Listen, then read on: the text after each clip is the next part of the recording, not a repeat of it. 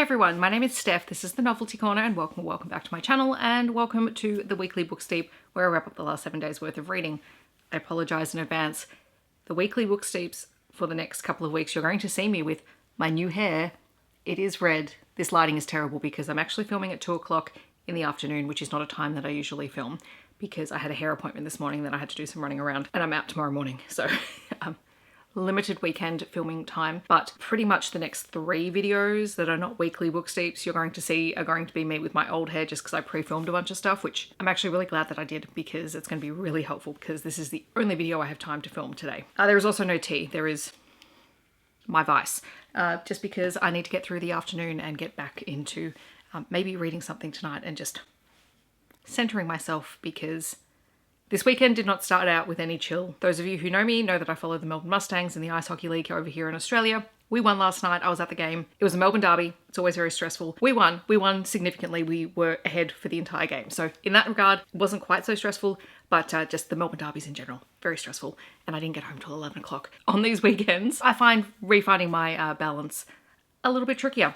But we are here to talk about books, and I read 10 things in the last week. So this is my reading week from the 11th until the 17th of July. 10 things were read, 5 of them were rereads. All of the rereads were Ilona Andrews. No one is shocked by this whatsoever. I read a total of 3,627 pages. From those reads, so I always count the pages read based on whatever format of the book that I own. So if I own it as a traditionally published book, I count the paperback or the hardback or whatever. Or if I'm reading it as an ebook, I count the ebook pages. If it's an audiobook, I still count the pages. I just add the minutes. So my audio minutes for this week were 5,071 minutes, I think. No, 5,051 minutes.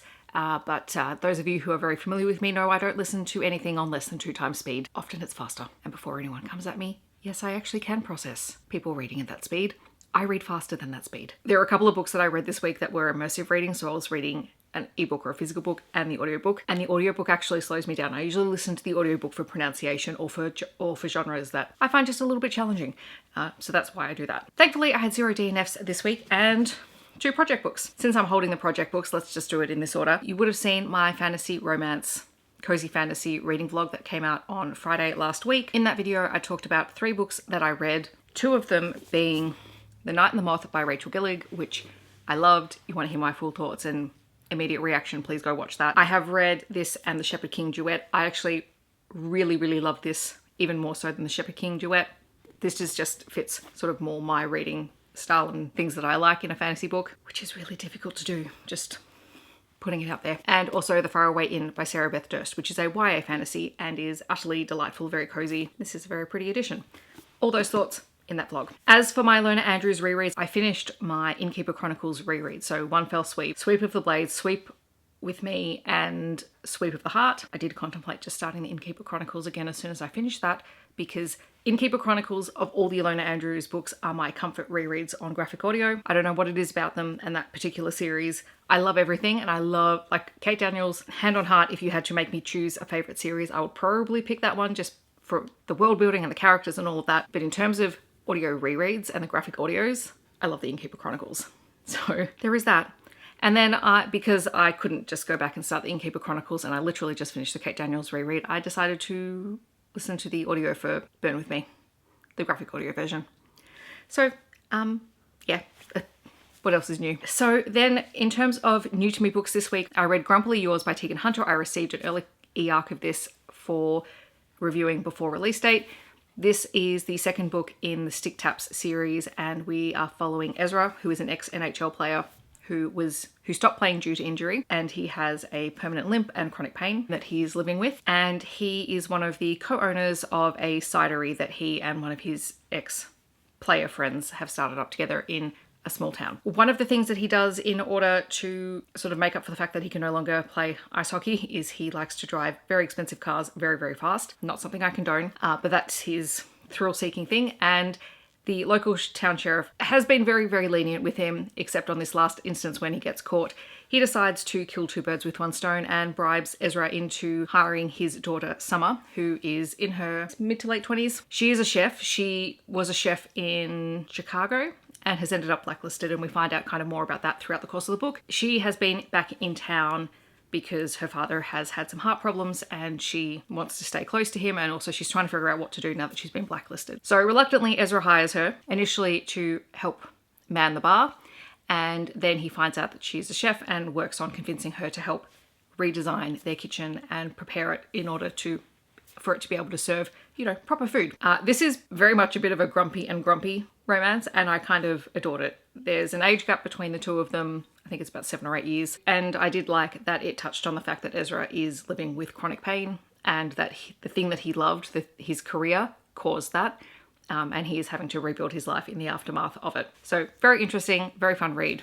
Teagan Hunter, very kind of easy to fall into series. Then I read Firekeeper's Daughter by Angeline Boulley. I think I might be mispronouncing that. This is a young adult contemporary mystery book following, I think she's Ojibwe. For memory, if I've got that wrong, that's entirely on me and my terrible note-taking. We are following Durst, who is a teen who I think has just finished school. She's planning to go off to college. She used to play hockey, and she stopped playing hockey even though she could have gone on to play division hockey and was, being scouted to play for the national team. But when one of her friends is killed in front of her, she begins to understand the implications of a drug problem that she is aware of in her community. And she ends up working with an undercover agent to figure out who is behind distributing and providing access to said drugs. It was a really interesting book to read. It's quite heavy at times and quite hard hitting. I didn't realize there was a hockey connection at all in the book, but that's because I don't read anything in advance, so what else is new? But it looks at Durst and her connection to her family and her culture, and the fact that she kind of has a foot in both camps. She is really connected to her culture, but because of her parentage, she is kind of seen as an outsider at times through the book.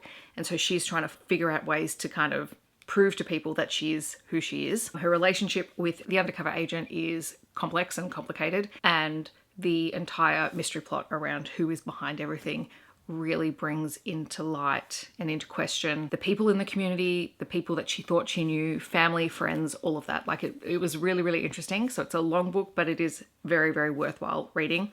The writing style is immaculate. Highly recommend. And then I finally read Winging It With You by Pons, which is a contemporary romance. We are following Asher, who is at the airport. He and his partner are about to participate in a reality TV show start, kind of like the Amazing Race kind of thing. At the airport, as they're about to check in, his boyfriend breaks up with him. His boyfriend, who is the one who masterminded this entire thing. Asher is furious. He takes the ticket. He is planning on going. He has to find someone to come on as his partner because that was the whole premise of his selection. While waiting at a TGI Fridays for his flight, he meets Theo, who is an airline pilot who is ex-Navy and a workaholic, and basically the airline has mandated that he takes time off, no questions asked. And Asher is able to convince Theo to come on this reality show with him, where they are fake dating, pretending to be partners, while they travel the world and complete ridiculous challenges. Apologies, my camera battery died and I had to go change it, so the angle may have changed. As I was saying, it's a really heartfelt kind of book. Asher is obviously working through a lot of things, and we discover across the course of the book that so is Theo. Even though Theo puts on this really wonderful, personable front for everyone, and he is that, like, he is truly genuinely a nice guy who wants to be positive and see the good things in life, but he has also experienced heartbreak. He has experienced rejection from the Navy because of a relationship that he was in. He feels like he has a perceived rejection from his family, which